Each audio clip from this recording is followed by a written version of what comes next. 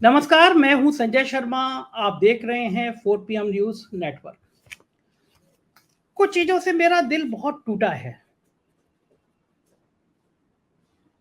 समझ नहीं आ रहा कि क्या हो रहा है इस मुल्क को, और ये बचेगा भी मुल्क या नहीं बचेगा। और मैं यकीन दिला रहा हूं कि नेता जिम्मेदार नहीं है, इसके लिए आप खुद जिम्मेदार हैं और मैं भी जिम्मेदार हूं। हम जिम्मेदार हैं क्योंकि हमने इस जहर को समाज में बढ़ने दिया। हम जिम्मेदार हैं कि हमने गोदी मीडिया के इन एंकरों को उनकी हैसियत नहीं बताई और ये नहीं कहा कि तुम इस देश को तोड़ने की साजिश रच रहे हो, हम इसको नहीं टूटने देंगे। आज मुझे इसलिए चिंता हुई, इसलिए दर्द हुआ कि मेरा एक बहुत अच्छा मित्र है, उसका बेटा गुड़गांव में नौकरी करने गया।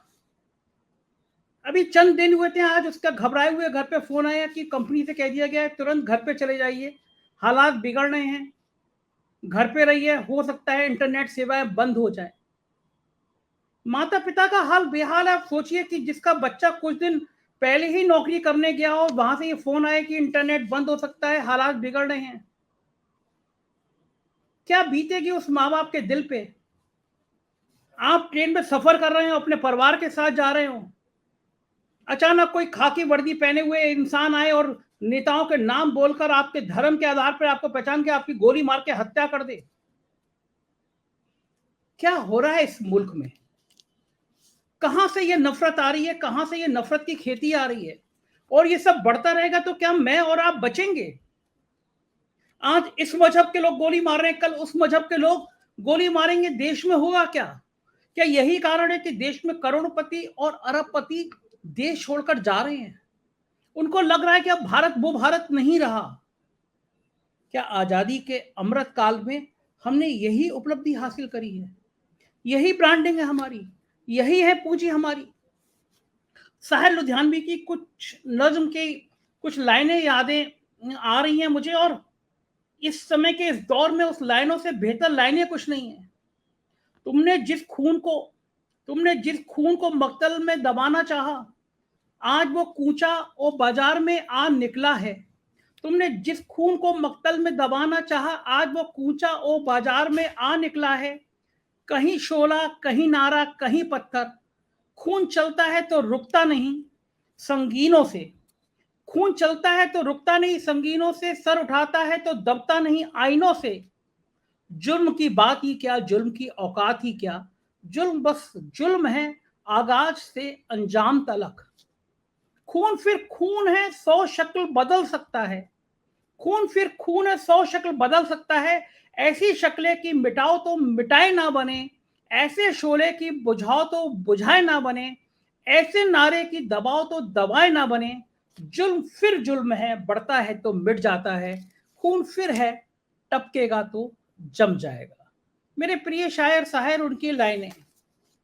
क्यों हो रहा है इस देश का माहौल, कभी आपने सोचा है? कभी आपने सोचा है ये अंबानी के चैनल क्या कर रहे हैं? कभी आपने सोचा ये उद्योगपतियों के चैनल क्यों आपके दिमाग में इतनी नफरत भर रहे हैं? क्यों क्यों ही राज्य चुनाव से पहले अचानक दंगों की आड़ में हरियाणा जैसा राज्य झुलस रहा है, जिस राज्य को कभी औद्योगिक क्रांति का जनक माना जाता था, जहां इंडस्ट्रियों की भरमार थी। बेंगलोर की तरह आज वहां पे हिंसा भड़काई जा रही है। बेंगलोर में सांसद साध्वी प्रज्ञा गई थी। कर्नाटक में बेंगलोर, जहां पे आईटी के हब था, वहां कह रही है चाकू में धार तेज करा लो। हिजाब का मुद्दा, धर्म के आधार पर पहचानने का मुद्दा, नतीजा कर्नाटक के बेंगलोर से बड़ी बड़ी फैक्ट्रियां, बड़े बड़े संस्थान उठ के हैदराबाद चले गए। जिस राज्य में ये धर्म का नंगा नाच होगा, वहां कौन रुकेगा? ये हिंसा कहां से आई? ये उस सिपाही के मन में जिसने एक धर्म के लोगों को मार दिया, एक नेताओं के नाम लेके उस व्यक्ति के जहन को जहर में किसने बदला? नेताओं ने। नेताओं का तो काम ही है कि वो आपके अंदर जहर बोले, लेकिन जिम्मेदारी तो मीडिया की है, पत्रकारों की है, कवियों की है, लेखकों की है। उनकी जिम्मेदारी है कि वो आपको बचाएं, इस मुल्क को बचाएं, लेकिन वो क्या कर रहे हैं? कुछ थंबनेल देख रहा था मैं, न्यूज 18 इंडिया, ये अंबानी का चैनल है, दिन भर आग लगाता है, दिन भर आपके दिमाग में नफरत फैलाता है, देश में हिंदू मुसलमान का माहौल तैनात करता है। और अंबानी जी अपने रहने के लिए हजारों करोड़ रुपए में दुबई में बंगला खरीदते हैं, दुबई मतलब मुस्लिम बहुल देश। आपके अंदर नफरत का, हिंसा का, जहर का वातावरण तैयार करके अंबानी खुद दुबई चले जाते हैं। इस नफरत के कारोबार को पहचानिए। इनके जो चोपड़ा जी हैं, थंबनेल बना रहे हैं हिंदुओं के खिलाफ महागठबंधन। आप बताइए, एक पॉलिटिकल पार्टी अगर अलायंस कर रही है तो वो हिंदुओं के खिलाफ हो गया, लेकिन अंबानी के चैनल का थंबनेल देखिए, हिंदुओं के खिलाफ महागठबंधन। रूपका लियाकत जी आजकल एक नए चैनल में गई हैं, बैंड बज गई है। क्या है, धर्मांतरण की फैक्ट्री क्यों है इतनी चुप्पी? आप देख रहे हैं, थंबनेल देख रहे हैं। नवभारत, टाइम्स नाउ नवभारत के सुशांत सिन्हा जो अमेरिका में जाके होटल में ड्रॉर खोलती हैं और कहती हैं यहाँ तो बाइबल रखी है, मतलब बाइबल ना हो गया, एक विस्फोटक ग्रंथ हो गया। अरे क्या फर्क है, गीता में, कुरान में, बाइबल में सारी ईश्वर की बनाई हुई, ईश्वर की दी हुए संदेश ही तो हैं। सारे मानवता के लिए प्यार करने वाले संदेश तो देते हैं। लेकिन ये चैनल जब तक आपको बर्बाद नहीं कर देंगे, ये चैनल जब तक आपको तबाह नहीं कर देंगे, ये चैनल जब तक आपके बीच की हिंसा को भड़का नहीं देंगे, आपको बर्बादी तक नहीं ले आएंगे, देश को तबाह नहीं कर देंगे, तब तक ये मानेंगे नहीं। सुशांत सिन्हा का थंबनेल है, हिजाब नहीं पहनने देंगे तो सुसाइड बम बन जाएंगे। ये पत्रकारिता का इस खबर से क्या मतलब है? क्या मतलब है थंबनेल का? लेकिन सुशांत सिन्हा को पता है कि जहर की फैक्ट्री, नफरत की फैक्ट्री ऐसी ही चलती है। सुधीर चौधरी, जो आदमी रिश्वत के आरोप में तिहाड़ जेल गया हो, जिसने एक शिक्षिका को गलत आरोप लगाया, उसका चरित्र हनन कर दिया, तबाही हो गई इसके परिवार में। ऐसे दर्जनों किस्से हैं। जो 2000 नोटों के नोट में चिप ढूंढ रहा हो, वो कह रहा है हिजाब आंदोलन के पीछे की साजिश डिकोड कर रहे हैं सुधीर चौधरी। अपने रिश्वत की, अपने भ्रष्टाचार की फैक्ट्री डिकोड नहीं कर पाए, लेकिन हिजाब के आंदोलन के, हिजाब का कोई आंदोलन है, और आंदोलन है तो ये तो तरक्की का आंदोलन है, किस चीज का आंदोलन है? लेकिन सुधीर चौधरी ये नफरत फैला रहे हैं। तरह तरह के आर पार समान नागरिक कानून का वक्त आ गया है। कट्टर सोच पर बड़ी बहस, हिंदू होंगे अल्पसंख्यक, कट्टर सोच से आजादी कब, कट्टरता भारत छोड़ो, अल्लाह के नाम पर, बुलडोजर बाबा रिटर्न्स, अल्पसंख्यक नीति के पीछे राजनीति, अल्लाह का नाम ना करो बदनाम, हिजाब जिहाद बड़ा खुलासा, जुबा पर डर, हाथ में पत्थर, रामनवमी पर पत्थर क्यों, हिजाब विवाद में अलकायदा की एंट्री, सेकुलर झंडा कम्युनल एजेंडा, दंगाइयों के धर्म पर कौन मेहरबान, कट्टर सोच का सूत्रधार कौन, जुआ पर डर, हाथ में पत्थर, चुनाव में हारे तो दंगा तंत्र के सहारे। क्या क्या क्या क्या थंबनेल हैं।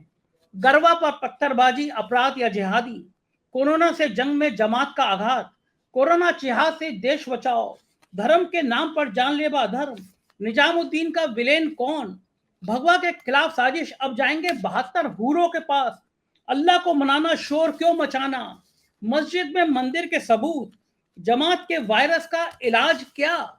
ये सारे थंबनेल हैं, देश के बड़े बड़े चैनलों के थंबनेल हैं। आप सोच सकते हैं, सड़क पर नमाज, मजहब या मनमानी, हिंदुत्व से डराएंगे, हिंदू फोबिया फैलाएंगे, हिंदुत्व पर चोट हिंदू देंगे वोट, हिंदू भगाओ साइकिल पर आओ, देश की हार बिल से निकले गद्दार, देश के गद्दारों को पहचानो, हिंदू कब तक टुकड़े टुकड़े, हिंदुओं के दर्द पर किसका झाड़ू, देश की हार बिल से निकले गद्दार। देख रहे हैं आप, ये थंबनेल हैं, इन चैनलों के थंबनेल हैं, या आपके दिमाग में जहर भर रहे हैं। पहचानिए। कैसे होगा इसका इलाज? इसका इलाज सिर्फ मेरे और आपके पास है, और आप अगर नहीं मानेंगे तो ये और आपके अंदर तबाही फैलाएंगे। इन चैनलों को देखना बंद कर दीजिए। लिखिए अपने फेसबुक पे कि हम रिलायंस का जियो आज इसलिए नहीं खरीदेंगे क्योंकि तुम्हारा रिलायंस का चैनल दिन में देश में धर्म के नाम पर जहर फैलाता है। जिस कम्युनिटी को ये टारगेट कर रहा है अंबानी का चैनल, देश में उनकी आबादी 30 करोड़ है।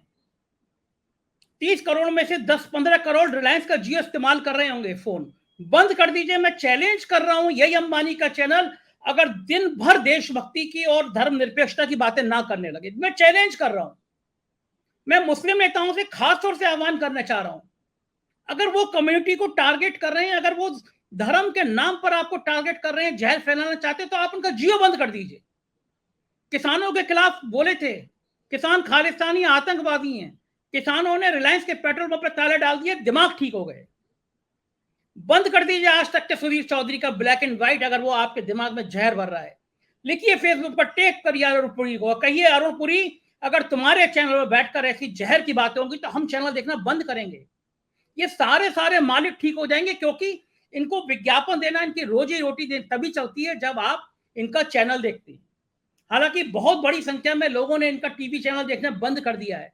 सबके सब डिजिटल प्लेटफॉर्म पे आ गए हैं और डिजिटल प्लेटफॉर्म में इनकी बैंड बज गई है। लोग इनको देखना पसंद नहीं कर रहे हैं। कहीं जाते हैं भीड़ के बीच इनको हूट किया जाता है। इनका सम्मान नहीं बचा है समाज में। लेकिन राजनेता, सरकारें इनको टूल की तरह इस्तेमाल कर रही हैं। सही मायनों में जिहादी बम बना रही हैं। सही मायनों में हिंसा का औजार बना रही हैं। आप समझिए, आप समझिए, क्योंकि ये मेरे अकेले की बात नहीं है, ये मेरे और आपके परिवार की बात है। अगर हम आज नहीं चेते, हम इस जहर को बनाते रहे, तो कल कोई सिरफरा आकर मेरे और आपके परिवार पर भी गोली चला सकता है।